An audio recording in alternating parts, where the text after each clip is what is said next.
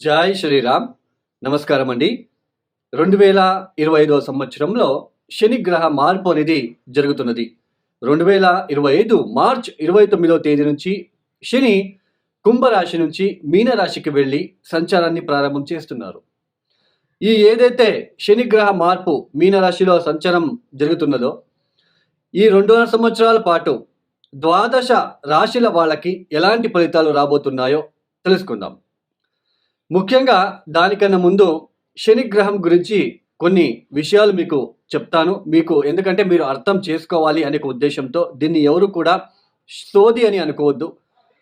ఇక్కడ ముఖ్యంగా మన జన్మ జాతకంలో శని ఏ స్థానాల్లో ఉన్నాడు, ఎలాంటి సిచ్యుయేషన్లో ఉన్నాడో తెలుసుకోవాలి. శని బలిష్టంగా ఉన్నప్పుడు ఎలాంటి ఫలితాలు వస్తాయి ఆ ఒక వ్యక్తికి, శని బలహీనంగా ఉన్నప్పుడు ఎలాంటి ఫలితాలు వస్తాయో మనం ముందుగా తెలుసుకుందాం.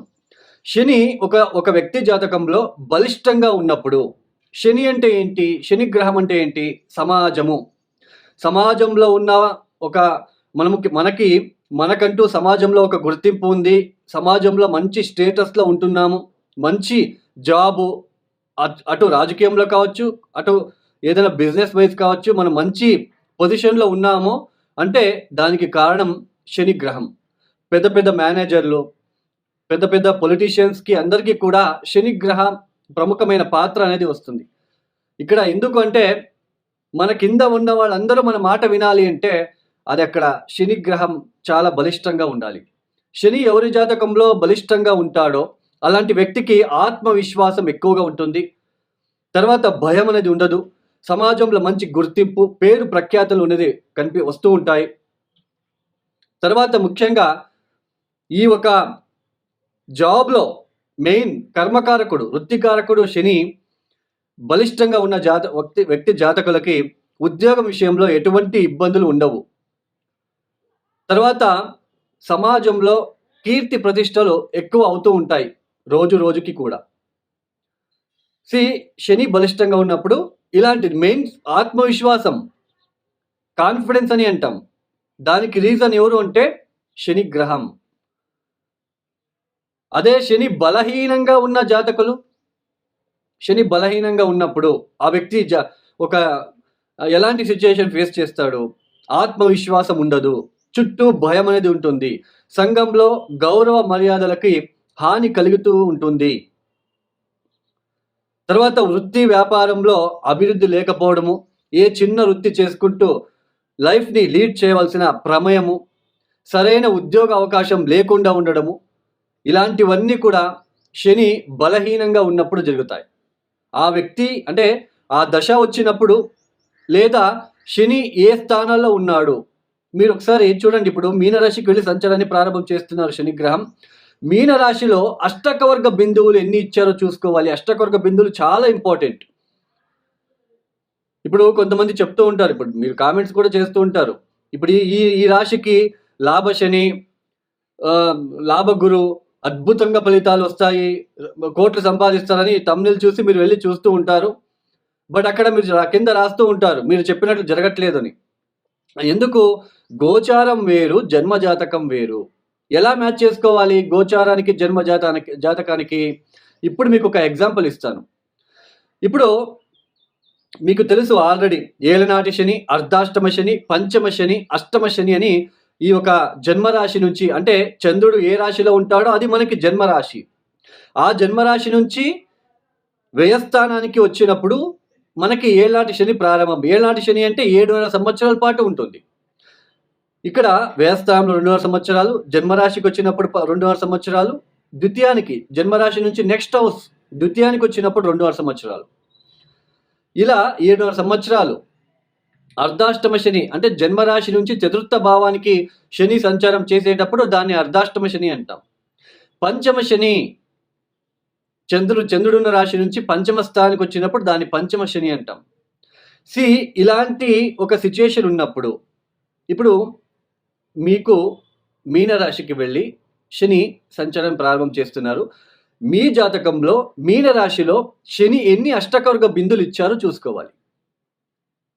ఏ 0, 1, 2, 3 ఇచ్చి ఉంటే ఆ ఒక ప్లేస్లో శనికి అక్కడ బలహీనపడ్డాడు అని అర్థం. బలహీనపడినప్పుడు ఆయన ఇబ్బందులు పెడుతూనే ఉంటాడు. ఈవెన్ ఏళ్నాటి శని, అర్ధాష్టమ శని కూడా. ఈవెన్ లాభస్థానానికి వచ్చినప్పుడు కూడా అష్టకవర్గ బిందువులు చాలా ఇంపార్టెంట్. ఇప్పుడు మీనరాశిలో పుట్టిన ఒక వ్యక్తి ఉన్నాడు. ఇప్పుడు మీనరాశికి ఏళ్నాటి శని ప్రారంభమైంది. ఇప్పుడు జన్మరాశికి శని వస్తున్నాడు.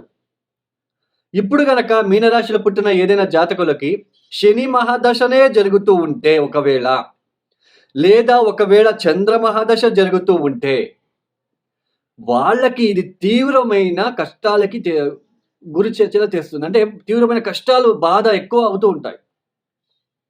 అర్థమైంది కదా? గోచారము మనకి జన్మజాతకం ఎలా మ్యాచ్ చేసుకోవాలో, ఒక స్థానం నుంచి ఒక స్థానానికి ఒక ప్లానెట్ వెళ్తున్నప్పుడు ఆ స్థానం ఎన్నో రాశి అవుతుంది, ఎన్నో లగ్నం నుంచి ఎన్నో రాశి అవుతుంది, ఆ స్థానానికి అష్టకవర్గ బిందులు ఎన్ని ఇచ్చారో చూసుకోవాలి.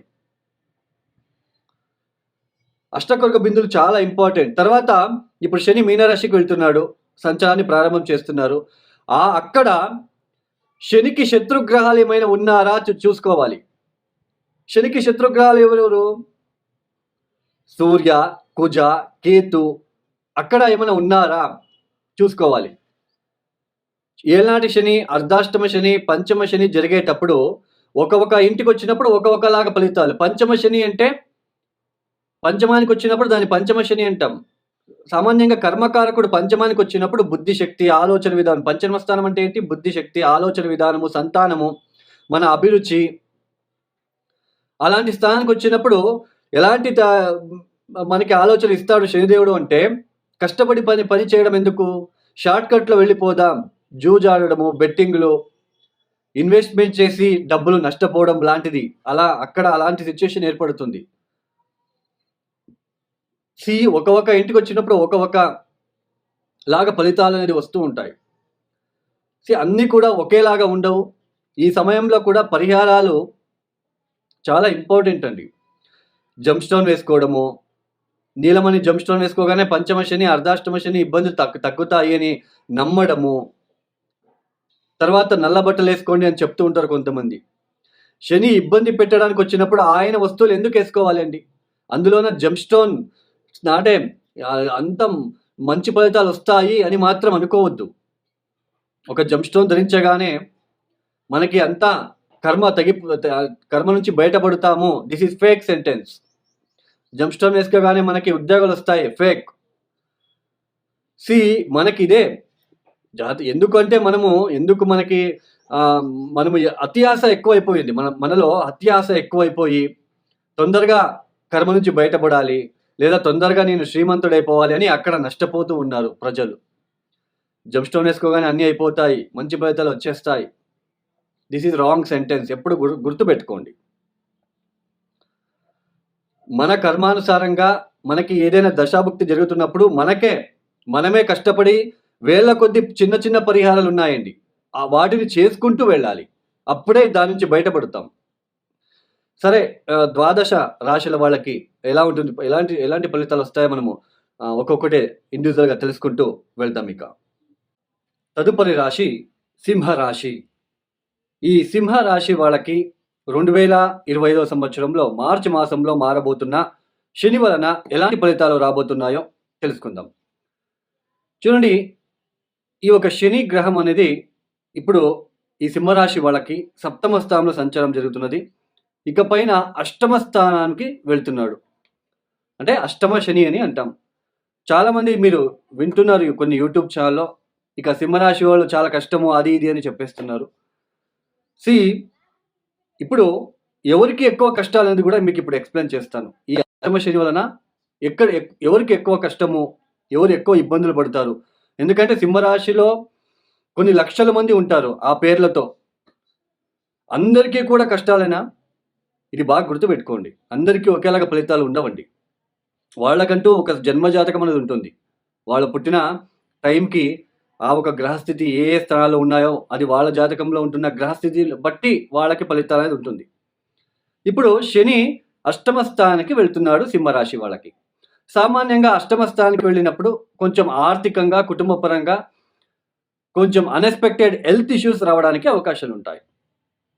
ఎక్కువ ఫ్యామిలీ ఫ్యామిలీ అంటే ఈ సప్తమాధిపతి అవుతాడు కాబట్టి మీ పార్ట్నర్, హస్బెండ్ అండ్ వైఫ్ సింహరాశిలో పుట్టిన అబ్బాయి అయితే మీ భార్య తరపున క్లోజ్ రిలేషన్స్తో కొన్ని ఇబ్బందులు రావచ్చు. సింహరాశిలో పుట్టిన అమ్మాయిలైతే మీ భర్త తరపున ఉన్న క్లోజ్ రిలేషన్స్తో కొన్ని ఇబ్బందులు వచ్చే సూచనలు ఉంటాయి. బట్ అది ఎంతవరకు ఇబ్బందులు వస్తాయి? ఇప్పుడు మీ జన్మజాతకం ఒకసారి చెక్ చేసుకోండి. అష్టమ స్థానంలో శని వెళ్తున్నాడు, అంటే మీనరాశికి శని ఎంట్రీ అవుతున్నారు. ఆ మీనరాశిలో శనికి శత్రుగ్రహాలు ఏమైనా ఉన్నారా తెలుసుకోండి. ఏ సూర్యుడో, ఏ కుజుడో, ఏ కేతు గ్రహం ఉంటే కొంచెం ఇబ్బందులు ఎక్కువగా ఉండే అవకాశాలు ఉంటాయి. ఎందుకంటే శనికి శత్రుగ్రహాలు, అందులోని అష్టమ స్థానం.